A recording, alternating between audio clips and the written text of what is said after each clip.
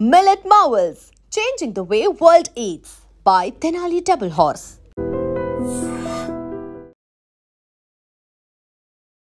తాగడానికి డబ్బులు ఇవ్వలేదని భార్యను అత్యంత దారుణంగా మిక్సీ వైరు మెడకు చుట్టి ఊపిరాడకుండా చేసి హత్య చేశాడు ఓ భర్త. పార్వతీపురం మన్యం జిల్లా సాలూరు దుర్గాన వీధిలో రాయల రామకృష్ణ 42 సంవత్సరాలు, అలాగనే త్రివేణి 37 సంవత్సరాలు ఉన్నటువంటి మహిళ ఇద్దరు భార్యాభర్తలు. వీరు అదే వీధిలో ఉంటున్నారు. వీరిద్దరికీ కూడా ఇద్దరు మగపిల్లలు. ఒక పెద్ద అబ్బాయి కాకినాడలో పనిచేస్తుంటే రెండో అబ్బాయి 7th క్లాస్ చదువుతున్నాడు.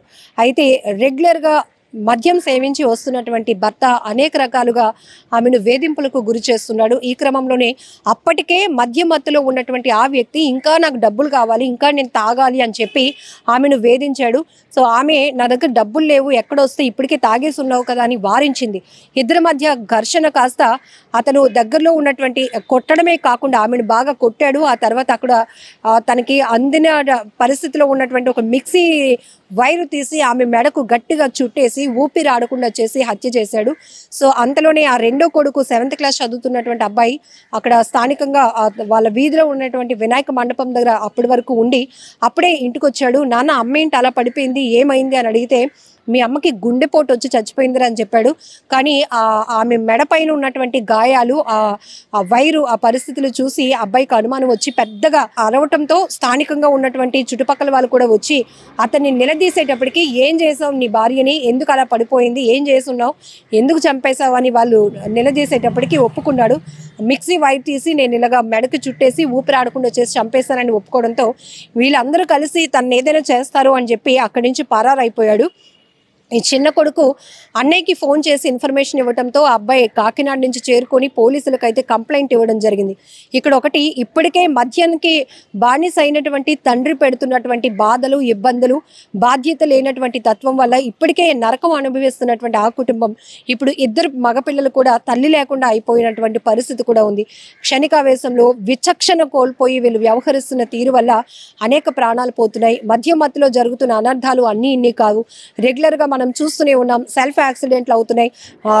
తాగి మధ్య వాహనాలు నడుపుతూ ఉంటూ వాళ్ళు ప్రమాదానికి గురవుతున్నారు. ఎదురుగా వస్తున్న వాహనాలకి కూడా ప్రమాదానికి కారణమవుతున్నారు. ఎంతోమంది ప్రాణాలు పోవడానికి కూడా కారణమవుతున్నటువంటి పరిస్థితి డ్రంక్ అండ్ డ్రైవ్. అలాగే ఇంకొక కుటుంబ వ్యవస్థ వరకు వస్తే కనుక మద్యానికి బానిస అవుతున్నటువంటి వారి వల్ల కుటుంబాలు చిన్న భిన్నమైపోతున్నాయి, బాధ్యతలు మర్చిపోతున్నారు.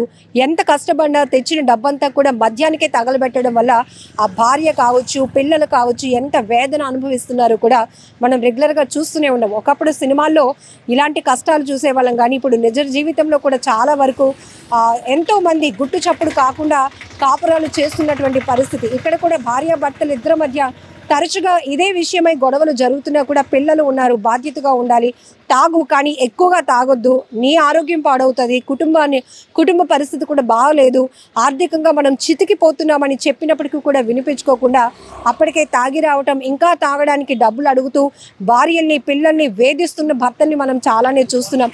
సో ఈ ఘటనతో ఆమె అయితే మృతి చెందింది. ప్రస్తుతం అతను పరారీలో ఉన్నాడు.